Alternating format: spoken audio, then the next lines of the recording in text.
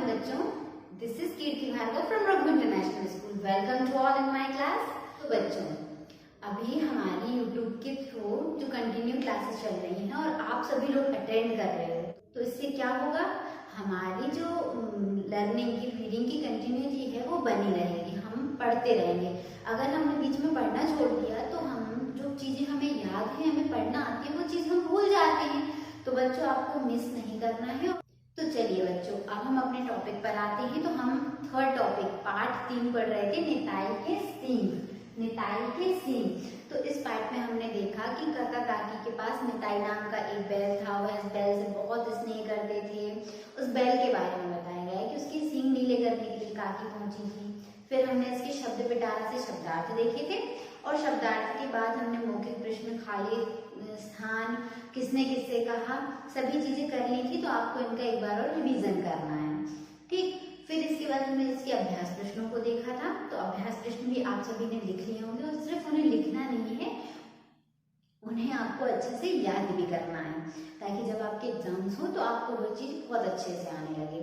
अब हम इसकी भाषा और व्याकरण को देखते हैं। तो भाषा व्याकरण में सबसे पहले हम देखेंगे अपना पहला प्रश्न, दिए गए शब्दों के वर्णों को अलग अलग करके लिखिए। तो आप मुझे सबसे पहले बताइए कि शब्द और वर्ण में क्या फर्क होता है, क्या डिफरेंट होता है शब्द में और वर्ण में। देखिए, जो वर्णमाला में पूरे वर्ण होते हैं, जैसे अ, आ, ई, क, ख, ग, घ, च, छ, ज, झ, ये सभी वर्ण होते हैं। जो एक होता है सिंगल, वो वर्ण होता है। जैसे हमने यहाँ लिखा क, तो ये क एक वर्ण है, ठीक। और शब्द उसे कहते हैं वर्णों के समूह को। जब 2 या 3 वर्ण एक साथ मिल जाते हैं तो उन्हें शब्द कहते हैं। तो यहाँ पर देखते हैं शब्द हम जैसे क वर्ण है, इसके बाद म एक वर्ण है और ल एक वर्ण है। तो ये क्या हो जाएगा, कमल। 3 वर्ण मिलके एक पूरा शब्द बना रहे हैं, तो ये कमल पूरा शब्द होगा। तो यहाँ पर हमें इन शब्दों में से, दिए गए शब्दों में से ये शब्द हैं, इनमें से वर्णों को अलग करके लिखना है। तो पहला एग्जाम्पल आपको दिया हुआ है, तो उसे देखते हैं हम। तो देखिए, फर्स्ट है हमारा निताई। तो इसमें क्या करना होती है हमें, निताई में न, फिर हलंत, ई, त, फिर हलंत, आ और फिर ई दिया हुआ है। तो इसमें हम देखेंगे क्या करेंगे, हमें पहले वर्ण से स्वर को अलग करना होगा। तो स्वर कौन कौन से होते हैं, तो आपने पढ़ा ही, आपको पता है। तो चलिए देखते हैं। तो हम एक शब्द लेते हैं, पहले क्या शब्द लेते हैं, हम अपने पाठ का ही नाम ले लेते हैं, निताई, ठीक। तो हम लिखेंगे निताई। निताई में सबसे पहले क्या है, न। मात्रा हमेशा व्यंजन के बाद ही आती है और आपको पता है कि स्वर अपने आप से बोले जा सकते हैं, मतलब स्वर पूरे होते हैं और व्यंजन अधूरे होते हैं। व्यंजन को आप बिना स्वर की सहायता से नहीं बोल सकते जब तक आप व्यंजन में कुछ मात्रा नहीं लगाओगे। अब यहाँ पर ये वर्ण है क, तो इसमें भी अ स्वर मिला हुआ है, छोटा जो अ होता है वह मिला हुआ है, तब जाकर यह उच्चारित किया जाता है।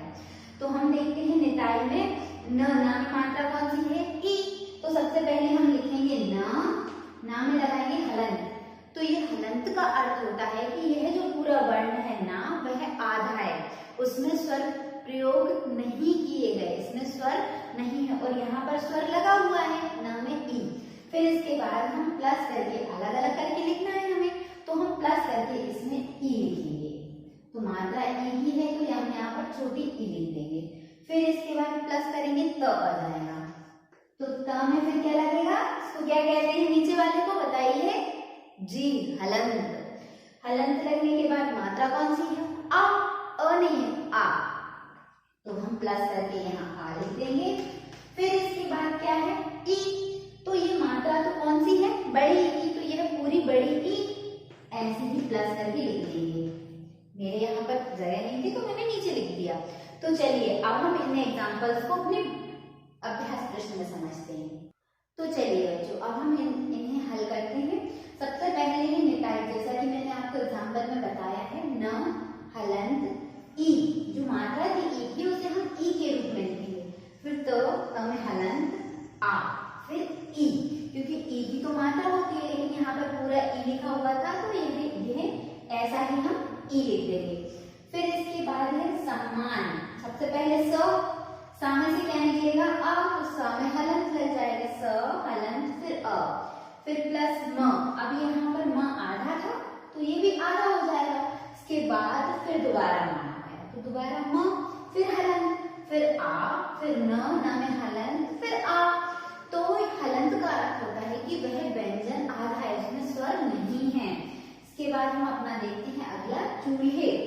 च में ऊ की क्या है मात्रा, तो हम यहाँ पर च में हलंत लगाकर ऊ को लिखेंगे। ये बड़ा ऊ है तो यहाँ ऊ बड़ा लिखेंगे। फिर ल में हलंत। अब चूंकि यहाँ पर ला पहले से ही आधा है तो हम इसके बाद स्वर का प्रयोग नहीं करेंगे।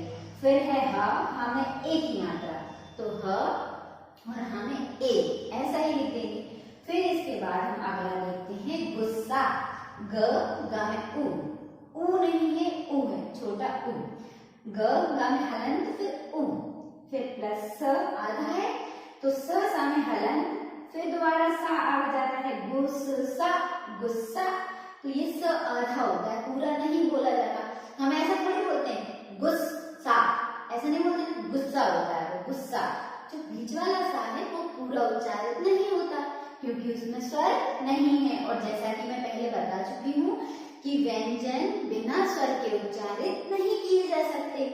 ठीक, फिर इसके बाद स में आ हो जाएगा।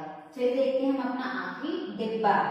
ड में ई छोटी है, फिर ब आधा है, हलंत लगेगा, फिर दोबारा ब, उसमें भी हलंत, फिर आ, डिब्बा। तो देखिए बच्चों, यह तो हो गए आपके, इन वर्णों को अलग अलग करके लिखिए। यदि आपसे पूछा जाता है कि इन्हीं वर्णों को मिलाकर लिखिए तो आप क्या करोगे कि जो मात्रा व्यंजन के बाद लिखी हुई है, व्यंजन के बाद जो स्वर है उसकी मात्रा हम उसी व्यंजन में लगा देते हैं। जैसे मैं आपको उदाहरण देती हूँ, हम यहाँ पर लिखते हैं पा, तो इसमें प में कौन सी मात्रा है आ। अगर हम लिखेंगे ये प हो जाएगा, प में हलंत प्लस आ। मात्रा हमेशा बाद में लिखी जाती है जब हम वर्णों को अलग करते हैं। अब अगर मैं यहाँ लिखती पान, तो पान में भी अब जो आ की मात्रा है वह तो पा के साथ है, न के साथ तो नहीं है ना। तो यही होगा कि व्यंजन पहले आएगा और उसके बाद स्वर। तो इसमें हो जाएगा पा हलंत प्लस आ और प्लस ना हलंत आ। तो बच्चों, होप सो कि ये आपको बहुत अच्छे से समझ में आ गए होंगे। तो चलिए अब हम अपने अगले प्रश्न को देखते हैं। वहां पर आपको संज्ञा के बारे में दिया हुआ है। तो सबसे पहले आप ये बताइए कि संज्ञा किसे कहते हैं। किसी व्यक्ति, वस्तु या स्थान के नाम को संज्ञा कहते हैं। यह तो हम परिभाषा पहले भी पढ़ चुके हैं और हमें बहुत अच्छे से आती है। तो इसका प्रश्न होगा कि संज्ञा किसे कहते हैं, तो हमारा उत्तर होगा किसी व्यक्ति, वस्तु या स्थान के नाम को संज्ञा कहते हैं। फिर इसके बाद इसमें लिखा हुआ है, हमारा जो अगला प्रश्न है वह है कि संज्ञा के प्रकार बताए हुए हैं। तो संज्ञा मुख्यतः यहाँ पर 3 प्रकार की बताई है, व्यक्तिवाचक संज्ञा, जातिवाचक संज्ञा और भाववाचक संज्ञा। तो सबसे पहले देखिए कि व्यक्तिवाचक संज्ञा में क्या होता है। इसमें किसी एक पर्टिकुलर व्यक्ति के बारे में बात की जाती है।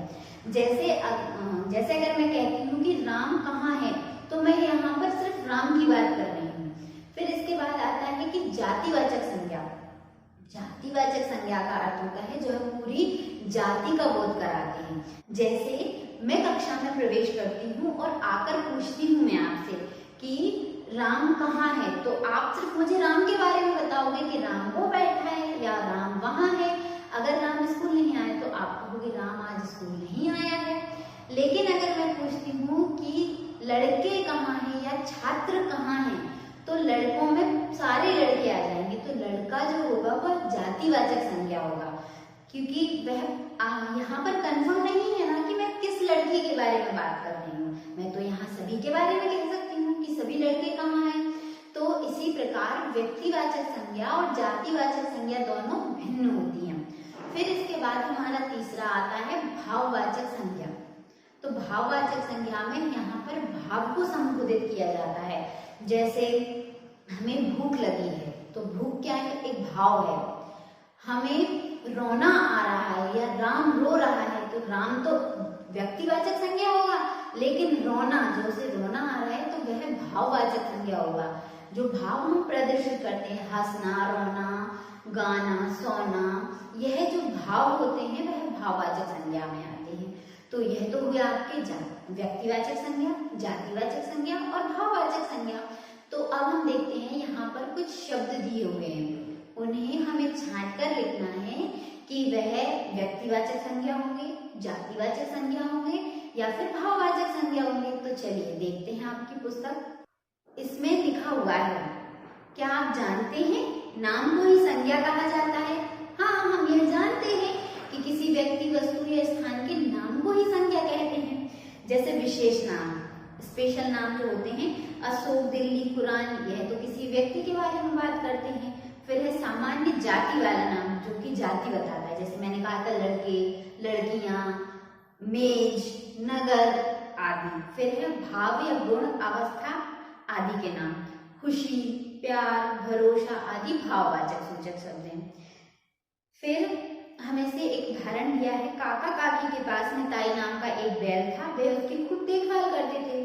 तो यहाँ पर जो निताई नाम होगा वह व्यक्तिवाचक होगा, बैल वह जातिवाचक होगा और जो देखभाल करना है वह यहाँ पर भाववाचक होगा। तो चलिए अब हम अपना प्रश्न पर आते हैं। नीचे दिए गए संज्ञा शब्दों को उनके भेद के अनुसार लिखिए, मतलब हमें इन्हें बांट कर लिखना है कि किसमें क्या आएगा। तो चलिए बच्चों, सबसे पहले हम देखते हैं व्यक्तिवाचक संज्ञा। तो व्यक्तिवाचक संज्ञा में आ जाएंगे टॉमी, राजन, दिल्ली, सौम्या और बाइबल। क्योंकि यह सभी नाम हैं, टॉमी एक कुत्ते के लिए यूज किया जा सकता है या किसी भी व्यक्ति या जानवर का यह नाम हो सकता है।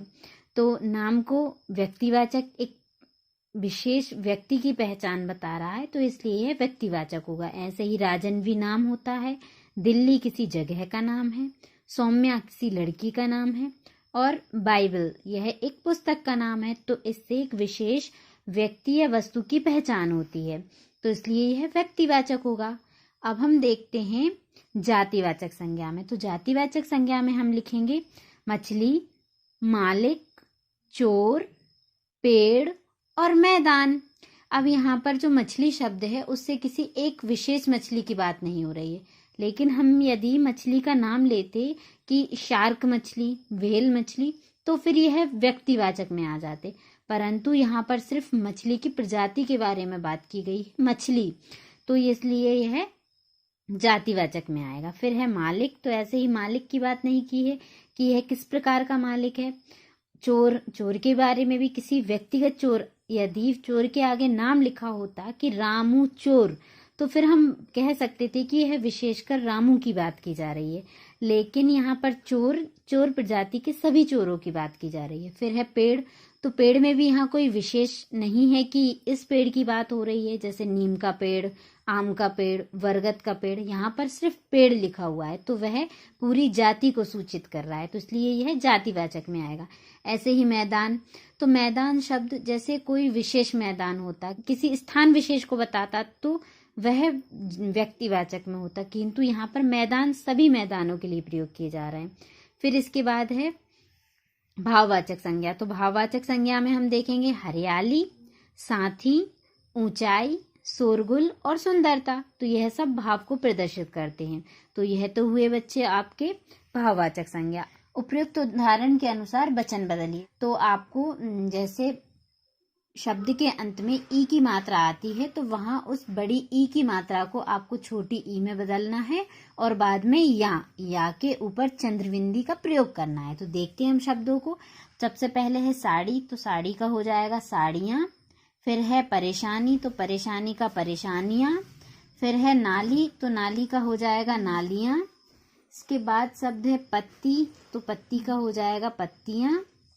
फिर हमारा अगला शब्द है दवाई। तो देखिए बच्चों, इसमें ई की मात्रा नहीं लगी हुई है, लेकिन यहाँ पर पूरा ई लिखा हुआ है। तो ई जो बड़ा ई है उसकी जगह हम छोटी ई लिखेंगे और यहाँ का प्रयोग करेंगे, तो यहाँ हो जाएगा दवाइयाँ। फिर इसके बाद देखते हैं शादी, तो शादी का हो जाएगा शादियाँ। गाड़ी का गाड़ियाँ। अच्छाई, तो यह देखिए दवाई जैसा ही यहाँ पर हो जाएगा अच्छाइयाँ। फिर इसके बाद है मक्खी, तो मक्खी का होगा मक्खियाँ। फिर है लड़की, तो लड़की का होगा लड़कियाँ। अब हमारा चौथा प्रश्न है, पाठ में आए किन्हीं 5 गुणवाचक शब्दों को उनके विशेष्यों के साथ लिखिए। तो सबसे पहले ये देखिए कि आप गुणवाचक शब्द किन्हें कहते हैं। तो विशेषता बताने वाले शब्दों को गुणवाचक शब्द कहते हैं, जो गुण बताते हैं। तो किसका गुण बताते हैं, तो देखते हैं। संज्ञा व सर्वनाम शब्दों की विशेषता बताने वाले शब्द विशेषण कहलाते हैं, तथा जिस शब्द की विशेषता बताई जाती है उसे विशेष्य कहा जाता है। तो विशेषण तो वह शब्द होगा जिसके द्वारा विशेषता बताई जाएगी, और विशेष्य वह शब्द होगा जिसकी विशेषता बताई जाती है। तो विशेषण के 4 भेदों में से एक है गुणवाचक विशेषण। तो गुणवाचक विशेषण में उसके गुण के बारे में बताया जाता है। तो संज्ञा व सर्वनाम शब्दों के साथ जब हम प्रश्न करते हैं कि कैसा, कैसी और कैसे, तो इसका उत्तर जब हमें मिलता है तो उसे कहते हैं हम गुणवाचक विशेषण। तो देखते हैं अपने चौथे प्रश्न का उत्तर। इसमें हमें 5 वाक्य लिखना है जो गुणवाचक विशेषण हो। तो देखते हैं, हमारा पहला शब्द होगा लंबे व शांत काका। यहाँ पर काका की विशेषता बताइए कि वह लंबे हैं और शांत हैं। इसके बाद हमारा दूसरा वाक्य होगा ताजा मछली। तो कैसी मछली, ताजा। तो यहाँ पर मछली की विशेषता है कि वह ताजा है। फिर इसके बाद रेशम की साड़ी। तो यहाँ पर आप प्रश्न करके देखिए, कैसी साड़ी, तो रेशम की साड़ी। तो यह भी विशेषता बता रहा है साड़ी की कि रेशम की है साड़ी। फिर इसके बाद है अंधेरी रात। रात कैसी है, अंधेरी। तो यह रात की विशेषता हुई कि वह अंधेरी है। फिर इसके बाद है हरा चारा। तो चारा कैसा है, हरा। तो यह चारे की विशेषता है कि वह हरा है। इसी के साथ हमारा आज का यह वीडियो यहीं पर समाप्त होता है। Thank you.